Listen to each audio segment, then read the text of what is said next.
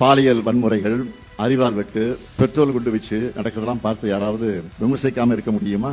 வாக்குறுதிகள் நிறைவேற்ற டைம் தரலாம், ஆனா பொதுமக்களுடைய பாதுகாப்பு பத்தி எப்படி பேசாம இருக்க முடியும்? நேற்று முன்தினம் டெல்லியில பிரதமர் தலைமையில முதலமைச்சர் எல்லாம் கலந்து கொள்ளக்கூடிய நிதி ஆயோக் கூட்டம், அந்த கூட்டத்துக்கு இங்க இருக்கக்கூடிய முதலமைச்சரும் போயிருக்கிறார். நான் முதலமைச்சரா இருக்கிறப்ப இதே மாதிரி டெல்லி சென்று பேசினப்போ இப்ப முதலமைச்சரா இருக்க என்னவெல்லாம் பேசினா தெரியுமா?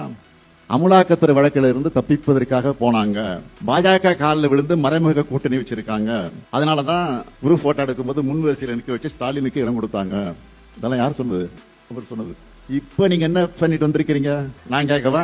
மிஸ்டர் சீஃப் மினிஸ்டர், மாண்புமிகு முதலமைச்சர், கரூர் சிபிஐ வழக்கிலிருந்து தப்பிக்கத்தானே நீங்க டெல்லிக்கு போனீங்களா? பாஜகவை உறுதியா விமர்சிச்சு பேசினா உங்க ஆட்சிக்கு ஆபத்து வந்துடுன்னு பேசவே பயப்படுறீங்களா?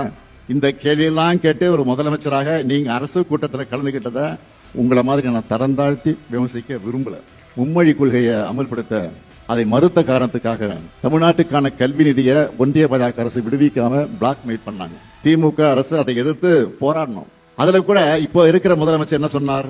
பாஜக அரசை கண்டிக்காம கொடுப்பது அவங்க கடமை, வாங்குறது இவங்க உரிமை, ஆனா பாசிசமும் பாயாசமும் எல்கேஜி யூகேஜி பசங்க மாதிரி சண்டை போடுறாங்கன்னு நக்கல் நெய்யாண்டி பண்ணீங்களா?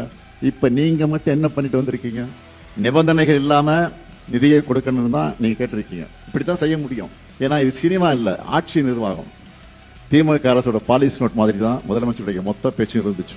ஈடிச்சாங்க காப்பியா இருந்தா நல்லா இருக்காதுன்னு 2030க்குள்ள $1 டிரில்லியன் பொருளாதாரம் நான் சொன்னதை மட்டும் 2036க்குள் $1.5 டிரில்லியன் அப்படின்னு கொஞ்சமா பட்டி பார்க்கிற மாதிரி முதலமைச்சர் பேசிட்டு வந்திருக்கிறார்.